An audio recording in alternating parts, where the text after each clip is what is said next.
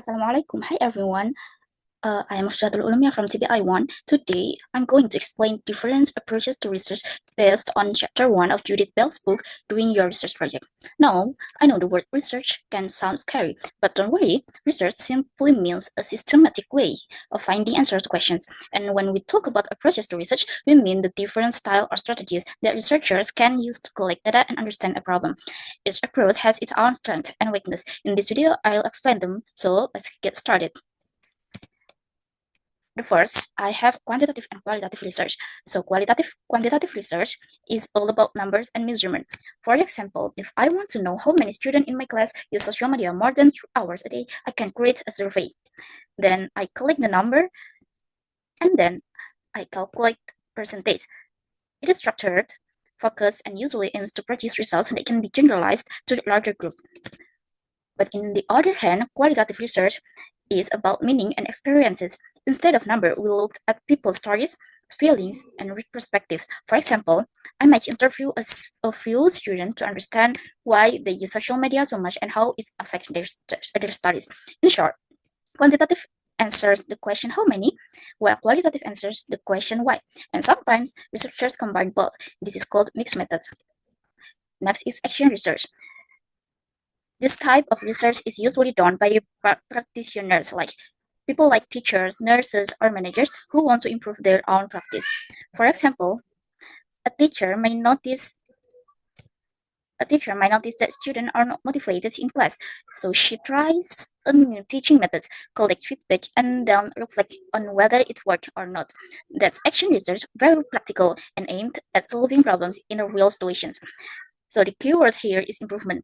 Action research is not just about finding knowledge, but about making positive changes. Next, I have the case study.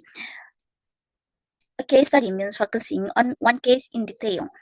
The case could be a person, a school, a company, or even a community. For example, a researcher might study how one school improved its online learning system during the pandemic.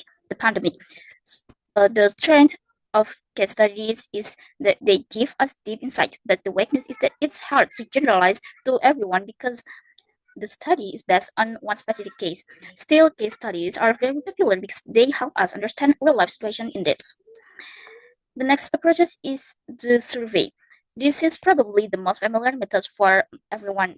A survey collects information from a large group of people, usually through questionnaires or structured interview. For example, if I want to know students' opinions about online classes, I can create a Google form and share it with 200 students. Surveys are useful for finding out what, where, when, and how, but they are not very good at answering why. The big challenge with survey is making sure the sample represents the population correctly. Otherwise, the result can be misleading. Another important approach is experimental style. This is used when researchers want to test cause and effect.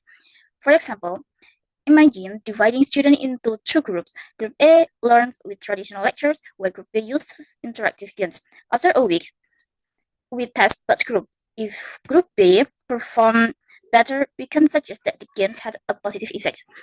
Experiments are powerful for testing causality, but they are not often hard to do in social research because people's behavior is influenced by many factors. They can also be expensive and sometimes raise ethical issues, especially when humans are involved. Then I have ethnography, which is this ethnography comes from anthropology. So ethnography means studying people in their natural environment, often by living among them and observing their daily life. For example, a researcher might spend months with a community to understand their culture, traditions, and social interaction. The strength of ethnography is that it gives rich, authentic insight, but the challenge is that it makes a lot of time and effort, and sometimes it's harder to say whether one group represents other. Next is grounded theory. Unlike other approaches, grounded theory doesn't start with a clear hypothesis. Instead, the researchers collect data first and then develop a theory from the data itself. It is an ongoing cycle. The first is collect data, then analyze, and we find the patterns. Next, collect more data, and the last find the theory. The goal is to create a theory that is strongly connected or grounded in real life evidence. This approach is very useful when little is known about a topic, but it requires patience and careful analysis. The last approach is narrative inquiry. This focuses on people's stories and life experiences.